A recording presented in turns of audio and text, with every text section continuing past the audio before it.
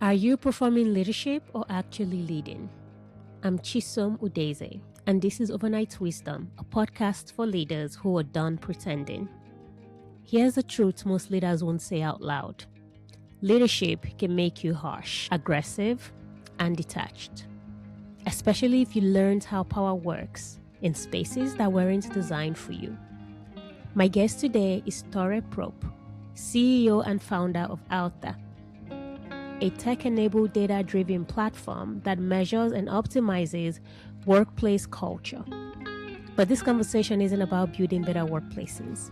It's about what it costs to lead in systems that demand you wear a mask and what it takes to finally take it off. Thorey and I know each other.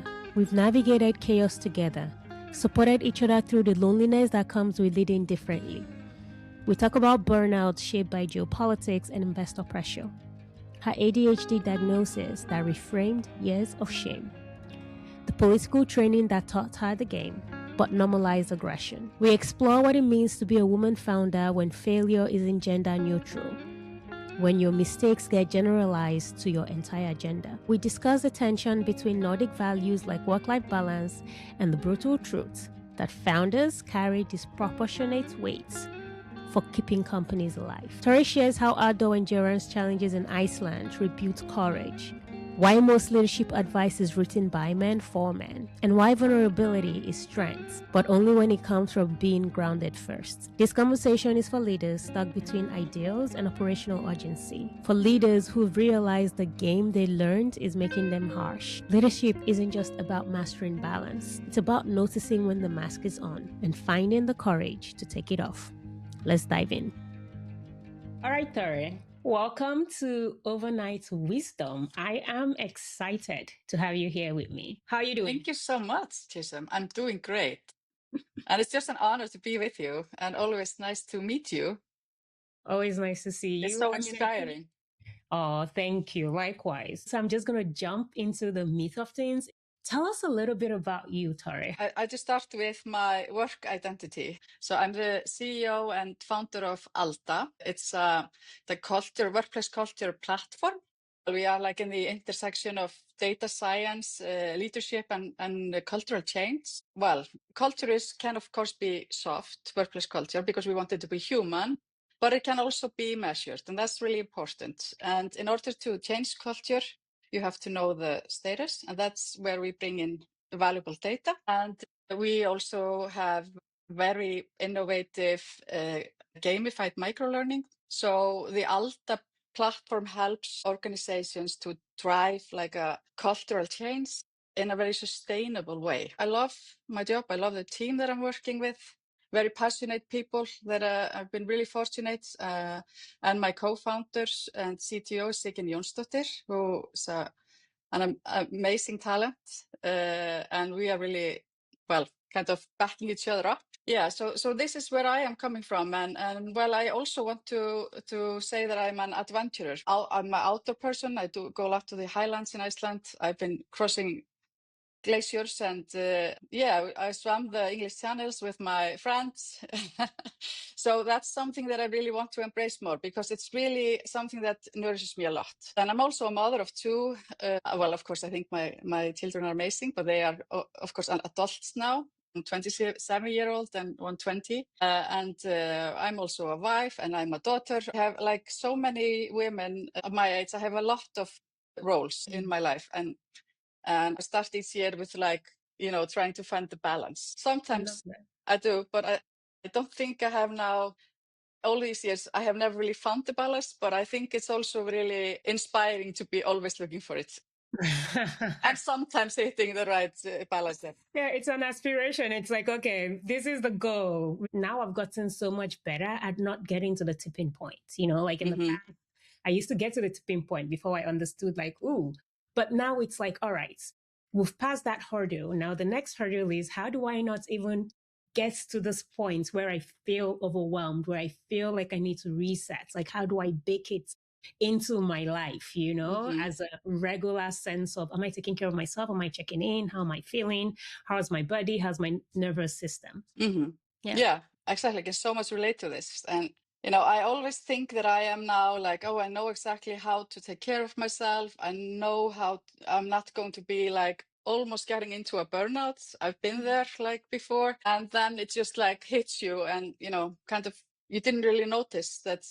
And it kind of just happened to me last year. And I was like, okay, is this always going to be happening to me? When I think that I am doing all the right things to really, the self-care, which is kind of the basic if you want to be a good leader and you want to be a good mother and daughter and everything you need to play, start with you being okay. Absolutely.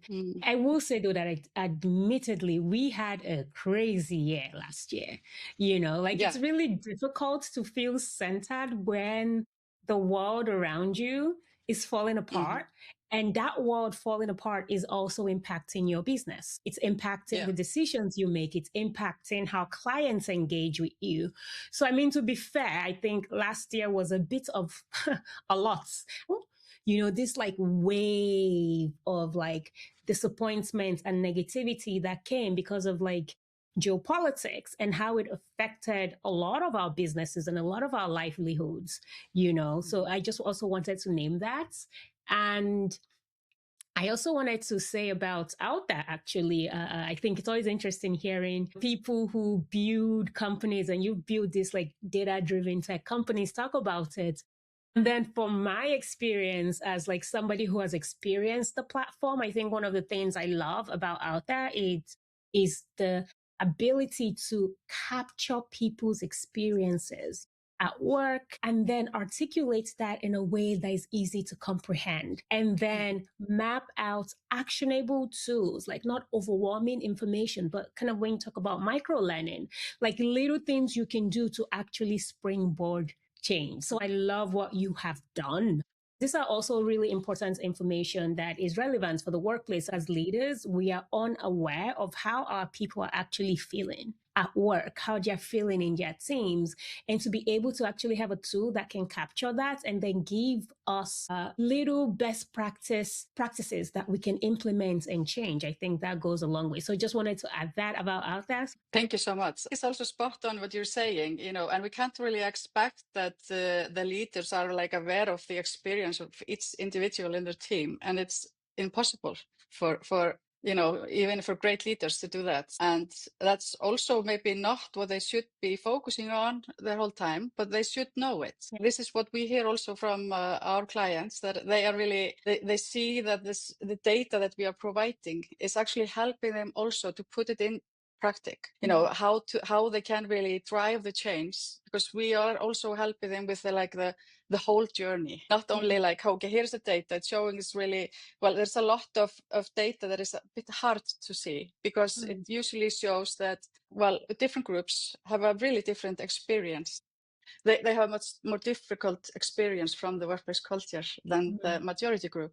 So that's really important for everybody to know, because it's also really, it costs a lot for organizations. If you know exactly the difference between the groups, you can also focus on the ones you need to lift, and you need to help you feel more included, because as soon as they feel included, they will perform better.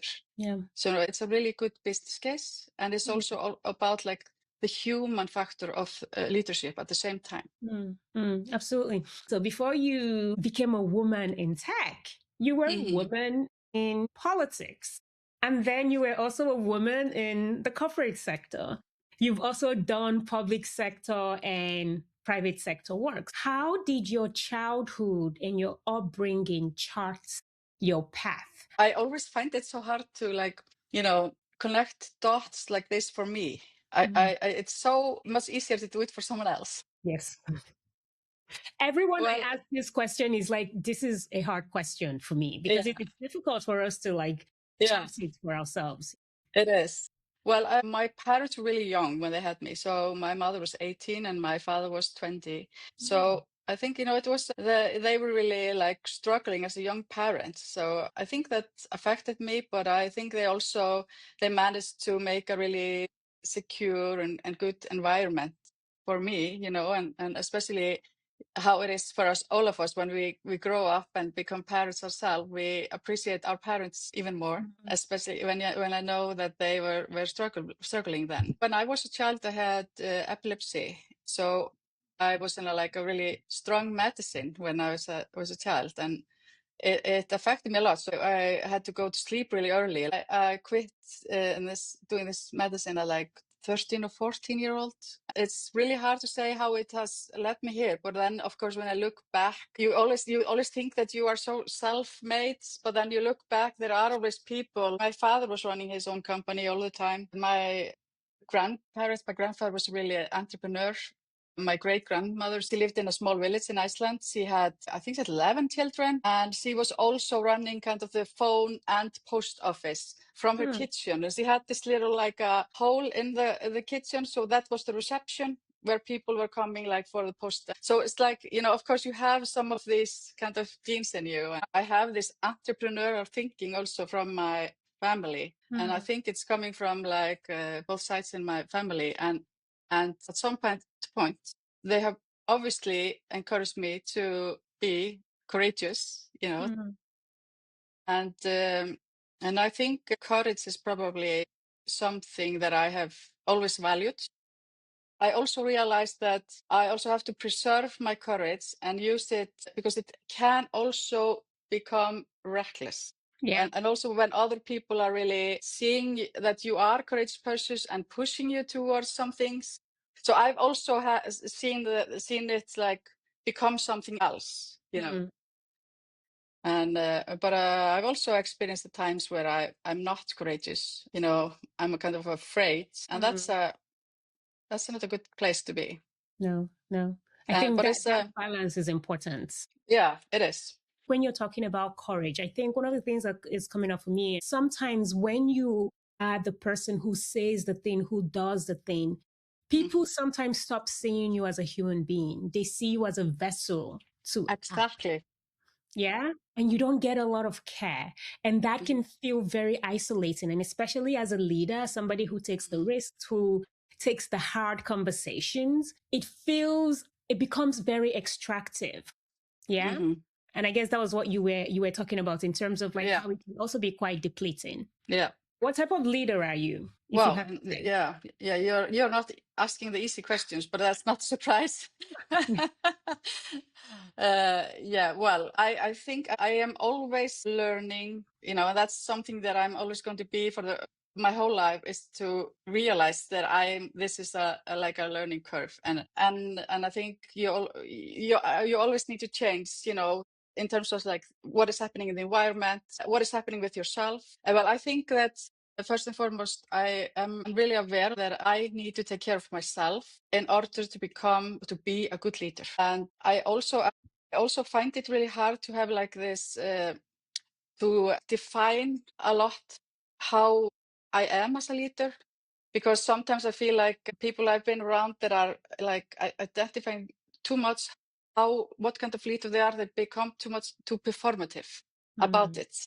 So I'm always trying to be like, okay, I think it's really important. I always want to try to be genuine. And that's a really important part, because I have been in my journey as a leader, I have also found me in a place where I am masking, and I'm not myself. I am becoming someone that I'm not. And it's okay to have that mask, because sometimes you need to do it.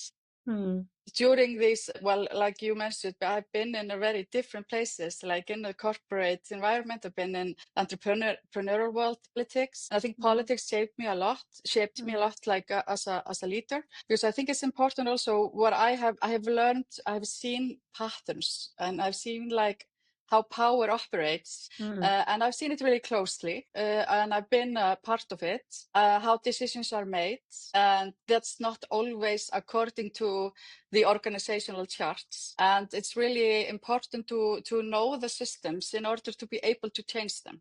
And I think that's also where I am at today. I know the game, and I can play it whenever I want. And especially when I'm in an environment which is not maybe my natural environment.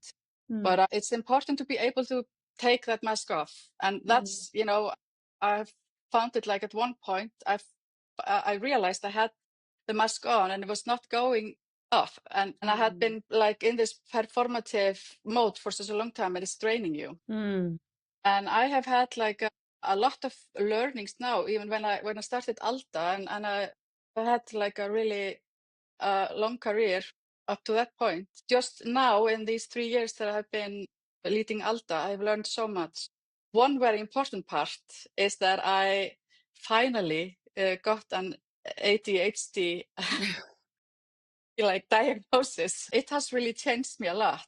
There is a lot of women who are getting, this diagnosis in their, like in my age and maybe a younger also, but ADHD in women has not been diagnosed and like historically. So that's a big part because, it was like 2 or 3 years ago. I just realized I can't go on like this. It's hard for people to be around me. It's hard for my family. So I of course, I did it for myself, but I also did it for like, the people around me. Well, the first thing, it's really good to get the diagnosis because then I understand so many things about me that I maybe have for years, I just want to say shame myself for.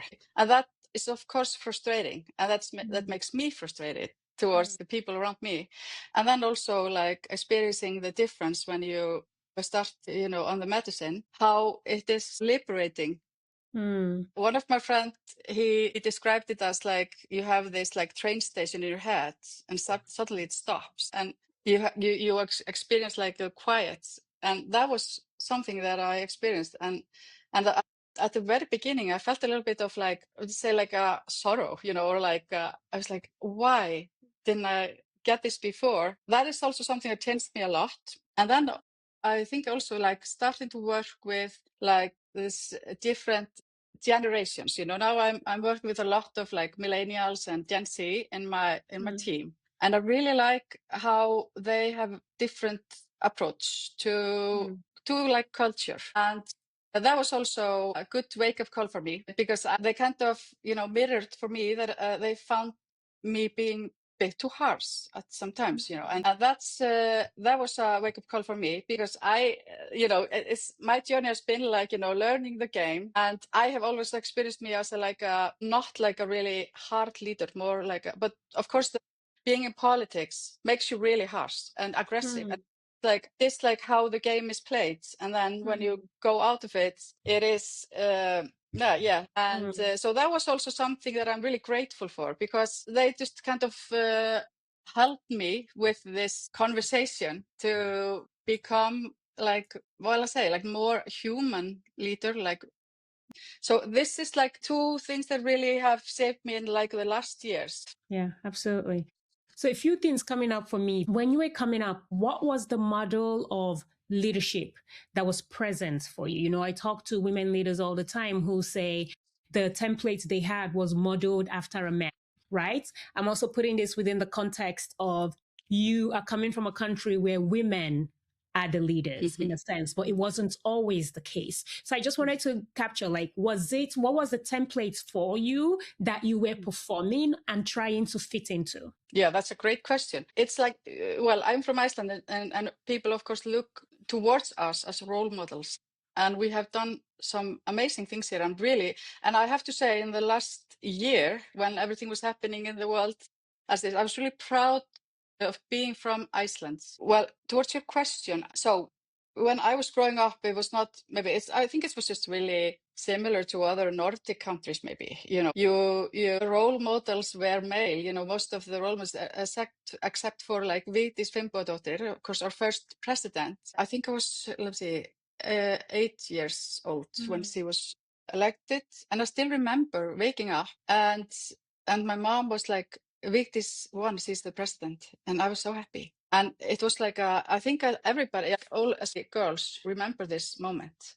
And it was important. But when I think back, because I studied business, my BS in business, and then I did like an MBA, and I was like reading these leadership books. I really wanted to see how is their life, and I was reading a lot of leadership books from men. At one point, I was like, I don't relate to this. Because at that point I had 2 children at home, and I was attending to a family, and I'm really like ambitious about my career. And then I was like, I can't relate to this. Waking up at 5, well, 1 hour reading something that's like nourishes you and makes you a better leader. Then 1 hour to the gym, and then meditating for, it's like, this is not a real thing. And then I start to look, okay, could I maybe be relating more to like books from women leaders? And this, I think it was like around 2000, I think, yeah, 5 to 8 or something. And they were like, it was hard to find. There was not that many books I could find about women leaders, and how they were like, how they were navigating their life. So it's like, I really have to look for role models that I could relate to. And unfortunately, it is still a lot like this. Yep. Especially in the startup sector that I am in. It's crazy how few women founders there are. Yeah. That are being funded. Back to the kind of the journey, of course. And what you're saying is like, it is right. This, everything was built for men, because the politics was a man's field, and also like corporate world, also a man's world. And it is still a bit like that. I think, like, if I look at Iceland, like in politics here, I think the atmosphere around politics is changing, because now for a while women and men have been equally there. And I think that's changing a lot. But we still have this aggressive approach that, like, tends to be in politics. And I don't know when we are going to be able to change that, because it's also part of this, like, performance for media. So it's like, I think we are still a long way there, but we are. How do you stay yourself, even though there is this push and pull, right? Where you're in spaces where you don't feel like it is designed for you. How do you keep your anchor? What anchors you back? I would say that I am now kind of in that point in my life that I want to do things as I see them, and I am, building the company in the way that I want to build it from my center, not trying to fit in. But it's important, of course, in the startup sector, for example, it's right, it's male dominated. Women founders get only 2% of funding. If you look at Europe, and in Europe, if you the whole pool of VC funds is only 2% goes to women. That means 98% go to male funded or mixed teams. Just that fact is, of course, shocking. Sometimes I feel like, we have normalized it. It has been like this for a few years. And I even saw that it was like, I think 1.8% now. So it's not increasing, it's decreasing. And then we are only talking about about genders. We're not talking about the intersectionality of other underrepresented groups. It's a shocking fact. And I think it's, for me, I've been like, Silicon Valley tends to be kind of the center of the startup world. And for me, the culture in Silicon Valley is the culture of the past. It is not the future vision I would see for the startup sector.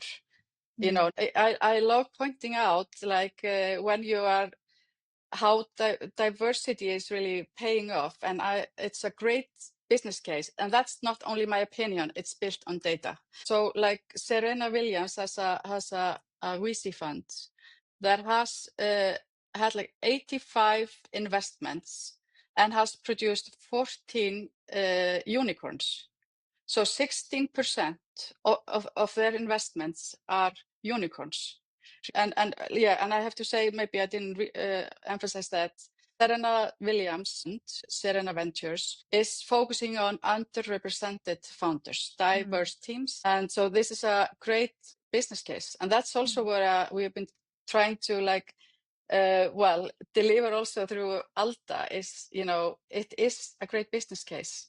A question. I'm thinking about the responsibility of leadership when you have to build a company. And I hear you, like, I've worked in the US, I work in the Nordics. I see the difference is like night and day. My question is, for us as leaders, we have to consistently build businesses, yeah? For us, that hustle stays real. I do want to maybe have a conversation around how sometimes, as much as we build systems and structures within, say, Nordic culture, where we need to prioritize self care and psychological safety and all of that good stuff, oftentimes the leaders, yourself, myself, are still stuck working like camels, yeah, to hold the company together. So, as much as I see the benefits of like the way the Nordic system operates, and I'm definitely not a proponent in any way of like the US work culture in Silicon Valley, I wonder, just from like a leadership perspective and your own personal experience, what is the middle ground for us? Because I do, as a leader who runs companies and have employees, like I've had periods where I've been disappointed in work ethic, right? Around if we don't work, especially when you're building something, it's one thing when you are in a established company that has everything going, if you're in Deloitte or KPMG, but if you're in companies like ours, and then I'm pulling the weight for everybody else to ensure that I pay somebody else's salary. I mean, I also want to talk about that. The reality is tough, no, Thorey? Yeah, actually it's an excellent point, and we have of course had this conversation, and we had it a lot, and thank you for challenging me there. It's I This is an obvious, sometimes you are just stuck between these two worlds, and I've experienced it so many times. I think it is also important if I want to change how things operate. What tools do I have? I have this company that I'm building, and I want to do it differently from other startups. So I have to find the kind of the balance there where I can still, well, let's say, not drive my team to kind of a cliff because of expectation from investors. Can't really do this with like a work culture that allows people to re-energize, having time to spend with their families, attending to their kind of their hobbies, and be with their friends. And that's very Nordic. And that's also something that we should be able to do in the startup sector. The typical startup like stereotypes are three guys, young, sleeping under their desk in order to be working the whole time. It's just obvious that this is not sustainable. But I also feel like when I trust my team to, deliver the projects, and I don't need to monitor exactly when they do it, or when we provide this flexibility, it mirrors also towards me, So, but this is mostly difficult, of course, like in every startup when you are growing. You have a lot of demand. That is sometimes so difficult, the growth pains, when you need to ask people to put in more workload. Yeah. Absolutely. I think as well, it's about modeling balance. Yeah. Because I think anyone who works with me, my team, my employees, I have high standards. If you're going to spend time doing it, just do it well. Don't half ass things. At least that's my way. But then take a break. Then go do spend time with your family, go hiking. Like I don't do you have to come to work every day from 5 to or 9 to 5 or 8 to 4, whatever it is, Exactly. Like sometimes my chief of staff wrote me this morning. She's like, yeah, I'm not feeling well, so I'm just gonna like sleep. I'm like, that's great. You know what you have to do. I trust that you will get it done. If you cannot for any reason get it done, let me know or let somebody else know so we can fill in for you. But of course, my company, I don't think of as a startup, and especially not within the space that you operate. But I, of course, hear from a lot of workplaces how there is that lack of tenacity of sometimes we need to put in work. Yeah. And sometimes, like, if we're working against a deadline that we're not making, it means that we have to show up. Because if at the end of the day, say the CEO or the founder is the one, pulling all the weight and everyone is like, sorry, 12 o'clock, so I'm going home. And then I'm supposed to pull in this thing that pays your salary. That is also not realistic. So I think there's a balance that is necessary. But then at the same time, to your point is people cannot be worked into the ground, nor should they be expected to. And I think when you trust your team, they trust you, and there is that sense of mutual respect, you show up for each other. Sometimes doing admin work that I have no business doing as the CEO of my company. But sometimes that's what I'm doing because my team needs me in that moment in time. So I think that balance is quite important. And I think that oftentimes a lot of founders, which is why it's quite isolating to be a leader and a founder who also values inclusivity, mental health, well-being, is sometimes there is this isolation. So I think for people who are listening to these who are founders and they feel sometimes in this in between, you're not alone. And for people who are working with organizations, also understand that sometimes your leaders, they need that additional support, or the people who run the companies. But I completely agree with you. Like, there is nothing sustainable about the way people work. There is nothing sustainable about this very startup culture. I have kids, so every day unfailingly by 3:50, I need to be done. There's nothing that keeps me there, because if not, my kid is going to wait at the bus stop with no one to pick her up. Yeah. So it's like having those natural break, because like you, what's it called? I have the tendency to work nonstop. Like sometimes I sit down and work. I don't even drink water. I don't pee. I So relate. like having that break is is important. Yeah, this is so spot on. But I think that this is just like a constant learning journey, and I know that I have to learn much more. And I do a lot of mistakes also along the way. And I also, like you, I am really demanding in a way, like what I want us to do. And I have really high expectation for my team, and high expectations for Alda.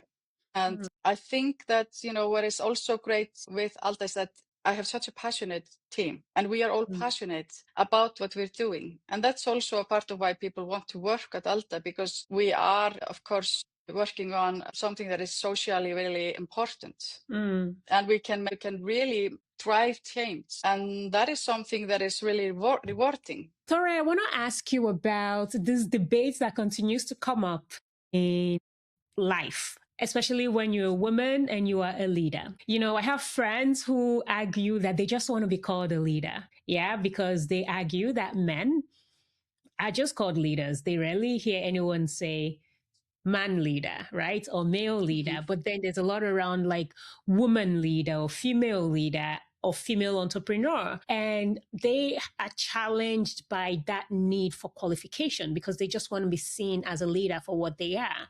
And then there's also that conversation around, for people who would rather be called a woman leader because they understand just how little representation there is. And of course, research shows that the minute you mention leaders, people automatically think a man, and usually it's a white man. Yeah.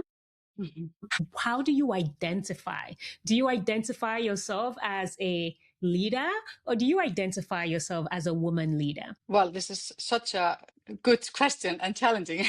So I would say that I identify as a leader. At the same time, when you say this, I identify as a female founder. But I think it's probably in Is a there way a that, difference for you between being a leader and a female founder? obviously, and I'm just realizing it now. I love it. Because Let's talk about this.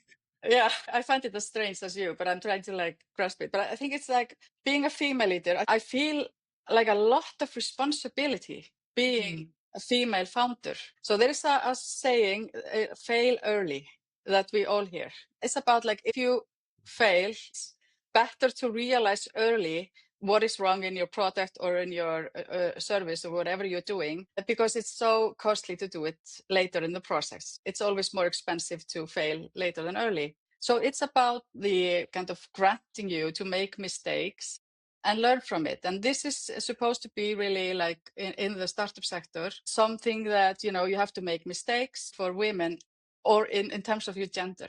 So it's not gender neutral in a way, how people approach it.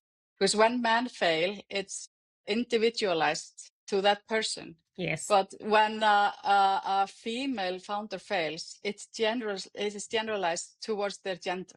And a good example of that is when Elizabeth Holmes from Theranos was, failed in her startup journey very publicly. And I found it shocking when I was looking at I was watching the documentary. At the very end, there was a few sentences about after that happened to her, or was that explicit what happened. Women or female founders have really experienced a struggle when funding, seeking funding. And I couldn't believe it, that it was really saying it there. So how many men have failed? Yep. And I have never seen the sentence that man can't really seek funding because one man failed somewhere.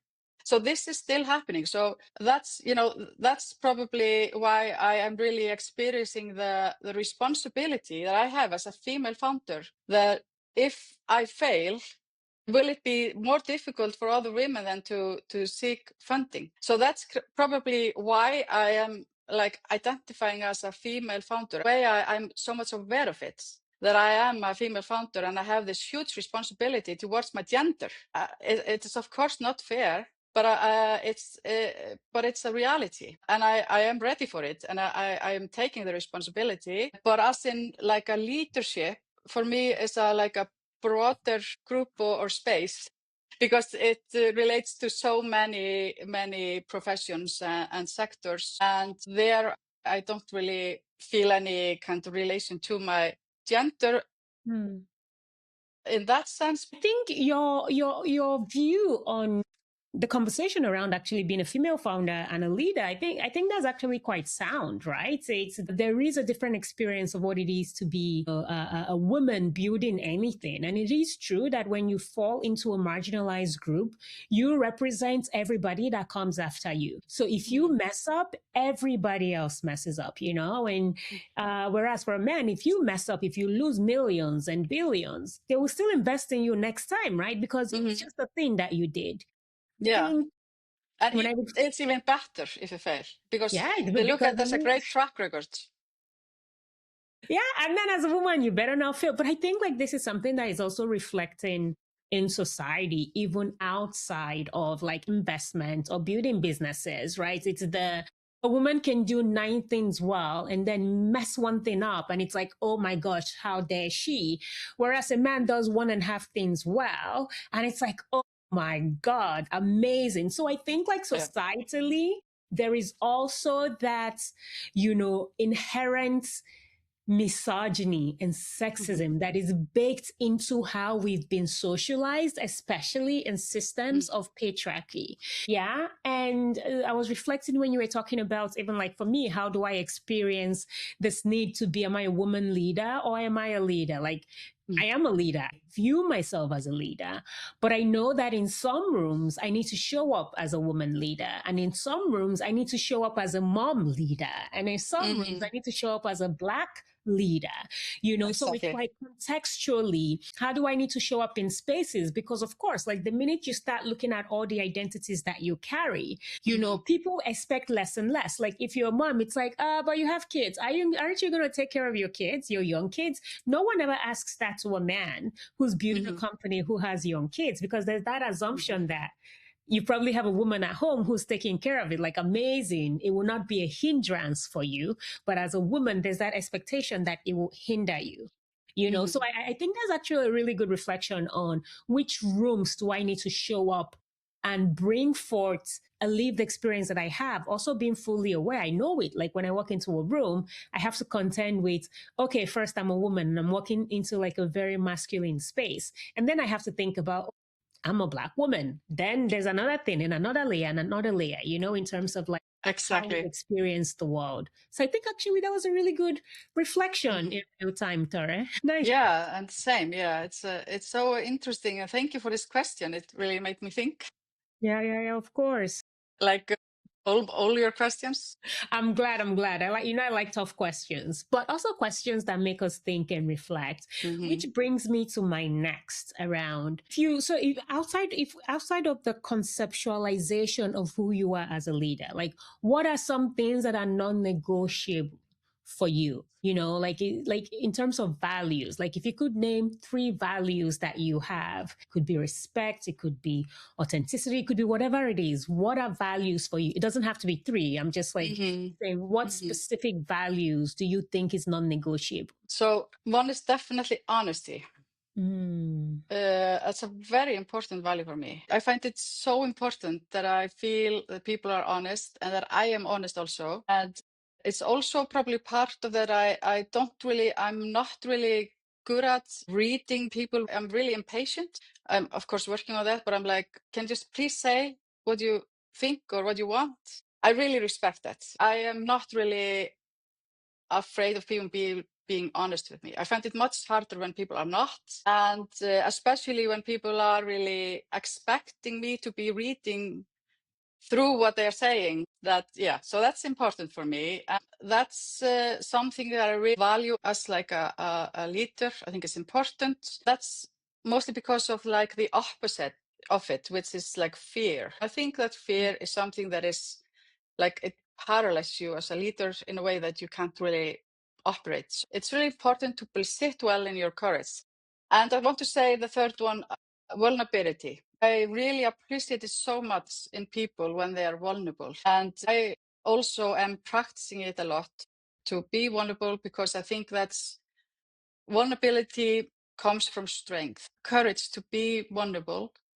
And I think that you gain more trust when you are vulnerable, and you gain more respect. And I respect people who are vulnerable. If you think about like all the TED Talks, we're having that I've listened to, all these people are being vulnerable. Like 90% of them are like talking about something that is coming from a vulnerable place, and they are exposing themselves. And also people who have gone through life and had challenges, and they have showed up and they have changed their life. My growth is coming from the biggest growth is from my biggest mistakes, or my biggest challenges. And I just love being around people who are like vulnerable and share, and they have learned something, and they tend to be less judgmental, and they are more mature, in a way. And yeah, so that's something that I really value also.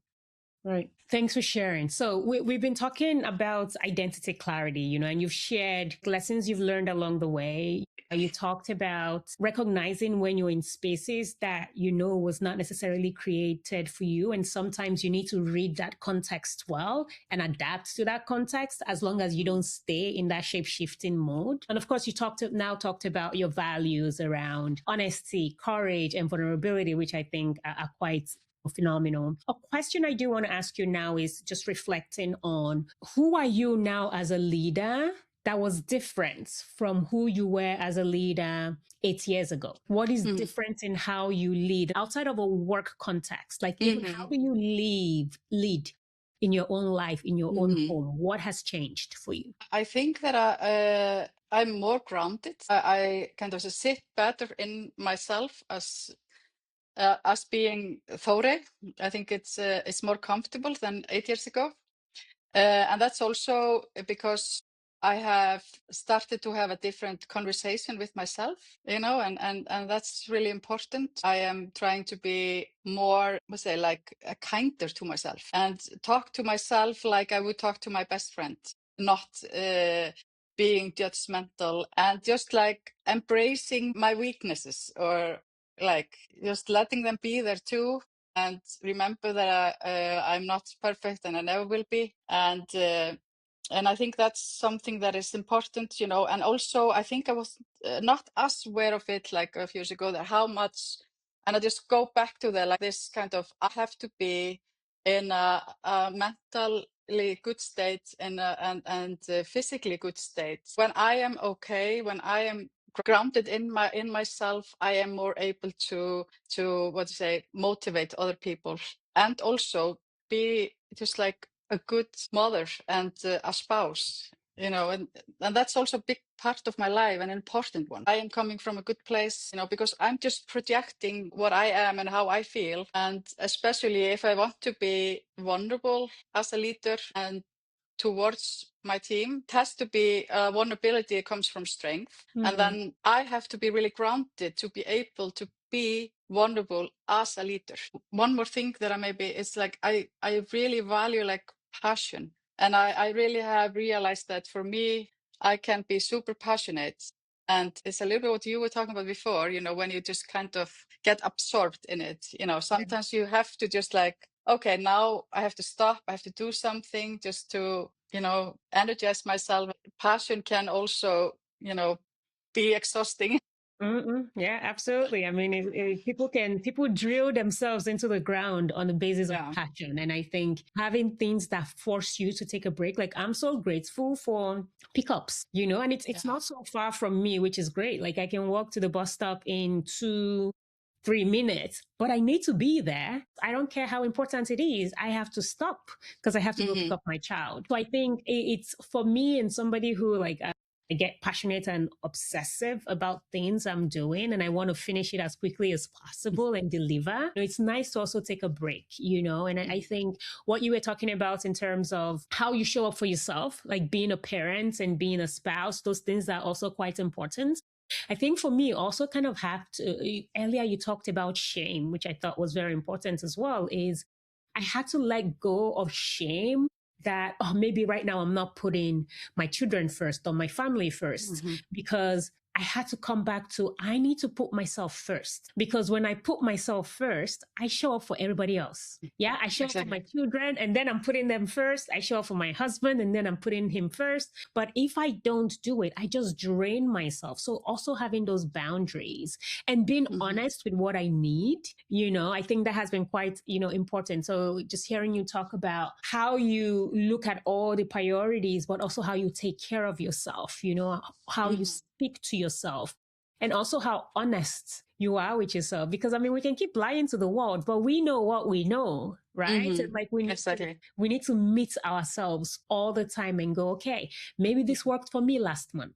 It's not working for me anymore. So what needs to change? How do I adapt? Because I want to keep having a full cup to show up for myself, for my family, for my kids, for my team, for my investors, for everybody else that I have to answer to, in a sense. Yeah, I think that's an excellent point, especially what you're saying, like it's changing from one month to month, this learning mindset. Mm, And this is also a growth mindset for your personal growth. And mm, I think that's important that we like are always like aware that solution last month or the methods I used they maybe don't work for me now, and that's also yeah, really important. And I think like the seeking of like the perfect routine or whatever, I think it's also like sometimes you need to be like a bit more reckless about it. It's like, okay, what works for me today and what is maybe different from what works tomorrow, and maybe I will not do anything of this routine tomorrow. I'll just need to sleep a little bit longer, or I need to watch some TV just to unwind. That's also some balance that is really important to find. absolutely. I think maybe there's something when you were talking about vulnerability, I think there's something quite refreshing about having leaders who are honest. Like, matter, I mean, I think I'm a very productive person. I think that I can put out a lot in a short amount of time. I also have ADHD, and I've had to learn over years to like, how do I channel my attention, my energy, my productivity when I have burst of it? Because there's some moments where I'm just like, nothing is happening, and then I can recognize those moments and go, right, Chisholm, right now you need to do something else because you can look at this screen for 10 years right now and nothing is going to change, or you can take a break. So I've kind of Mm. learned systems that work for me. A really important part, for leaders is because sometimes, it's not like it's a fact that it can be really lonely also. Mm, And mm, especially like last year, that was a really challenging year. It was so energizing and motivating to like meet you. We had so many conversations last year where we were like, trying to grasp around like what was happening, navigate it together, encouraging each other. And I think that's also a really important part of being a leader mm, is that you have, a group of people, that you can really also help you mm. and support you. Yeah, well, I was just thinking about that as you were saying it. Is I also appreciated just like how we were able to support each other through the chaos that was last year. And I think what was even more, what was great is, I mean, of course, we talked about this in different spaces, but of course, in different spaces, you have to say it the right way. Yeah, but then I could talk to you and be like, shit, Yeah. this sucks, and Yeah. just like, this is how it feels really that I don't have to make it polished or say it the way a leader should, that I'm Hmm. making this tough decisions and it's absolutely exhausting. And I Exactly. think having those communities and those spaces, I think especially as a leader, is so important because that is why we don't come to work and like lash out. At people, Exactly. the team around us is like you get space to like vent, to let it go. And then you're okay, somebody sees me, they get it. I'm not alone, right? This is a collective global situation or workplace situation that we're going through. So that's also really great. Yeah. Yeah, that's so important. Yeah. I have a question for you around an advice you can give to entrepreneurs or founders who are listening to this. When they are building for you, what is one vital thing that they should keep in mind in terms of how they build businesses that can last? Well, I think it's a lot about like what I've been talking about. It is about, of course, knowing your core values because you have to have your center really clear. It's Yeah. so easy to be derailed. There's so many things that are pulling and pushing you towards like where you should be and where you should not be. I think it's also really important to build a culture of trust from the very beginning because it's really hard to do it later. You have to do it from the very beginning. And when you build a culture of trust, you build a growth culture. It's so much easier when your foundation is solid. You can withstand earthquakes, floods, and they will come in building businesses. But if you have a very shaky foundation, it so easily crumbles. And no matter how beautiful your business idea is or your product is, people make the company, the people make anything go forward. Yeah. It is. Okay. I'm going to jump into a quick round. First question for you. What are you aspiring to right now? That's a good question. So for Alda, I'm really hoping that we are getting back on track in our growth. I am so proud that we are still there after last year and that we managed to navigate through this crisis. So my hope is that we will continue to grow and that we will really be able to go back on the track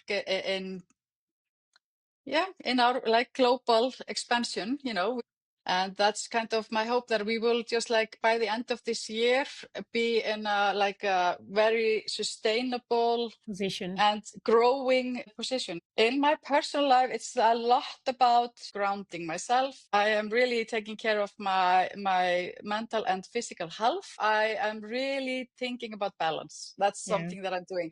As last year, I traveled a lot. I was traveling it was crazy. So now I am trying to travel only when I need to do it because it's really draining. I want to experience more of my adventure side, and that relates also like usually in my adventures I'm with my husband and my friends or my children, and I want to really nourish that part of me in 2026.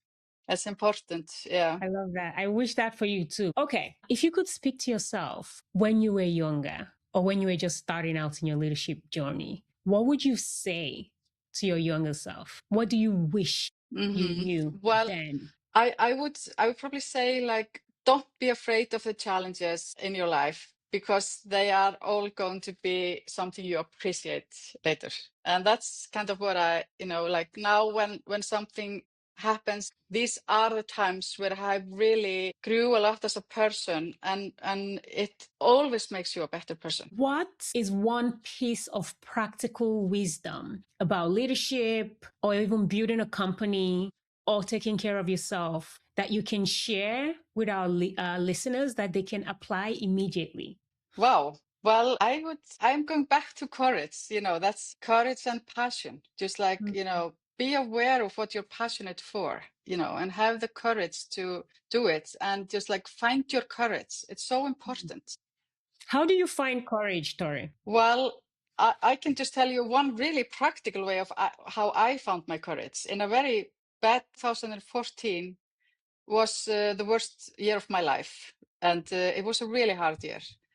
And I had like a lot of challenges. And then is when I really started to like go into this outdoor activities. And my first challenge was like a real challenge, 4 challenges around Iceland where you are swimming. How long was it? Like 25 kilometers in a cold water, and 50-kilometer cross-country skiing, 55-kilometer mountain biking. This is something that I can control. And it doesn't need to be like this. It can be something that you can I can control this. I was actually just finishing it, and that was something that I could be really proud of. And that was a way for me to encourage myself, okay, I can do this, and setting small goals. You have to go a little bit out of your comfort zone, and it doesn't need to stretch it that much, but make a small challenge to build the courage to see, okay, I can do this, because there's a lot of things that can happen to us that make us afraid and feeling feeling discouraged. So yeah. I think courage is also kind of what I'm hearing. It's courage is what happens through discomfort. You can't be comfortable and then your life is great and you're courageous. Oftentimes you have to do the thing that makes you uncomfortable to be able to find your courage. What is one book that impacted you the most? Really like Brené Brown. She has really affected me as giving this permission to be a wonderful leader. Now I am listening to a book, Notes of Being a Man, and that's a really interesting one. Who wrote it?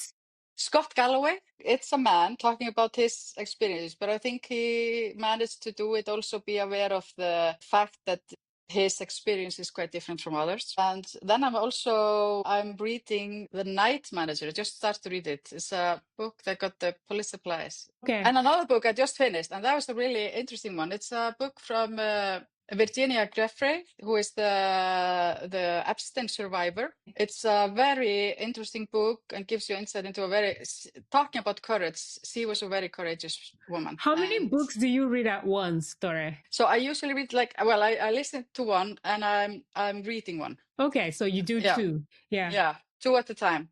Nice. Okay, very cool. A final question for you, Thorey. What did you used to value that you no longer value? I could say aggression. I think I respected it more before. Because I like when people are determined, or there is this line where you are going into aggression. I think year by year I value it less, and especially because of the geopolitical environment, which is a lot about aggression. So I think that's also something that I don't value anymore. Yeah. I can see that as well. I mean, with geopolitics, and you see that is what a lot of terrible leaders are modeling. It's no, can we be human? Can we talk to each other? Can we listen? Yeah, exactly. I love that. Okay. Well, thanks for sharing. And thank you so much for joining me on this chat. It's always nice to talk to your friends in a different setup, in a sense. You get to learn new things about them as well. Yeah. So thank you so much for being here. Thank you so much for inviting me. It's always a pleasure talking to you. That's this week's Overnight Wisdom. If this conversation hit home, you're not alone. Thousands of emerging leaders, and people are doing the same work, figuring out who they actually are instead of who they think they should be. Subscribe for new episodes every Wednesday and join the conversation. What's one thing from today you're taking with you? Thanks for listening. I'm Chisom Udeze.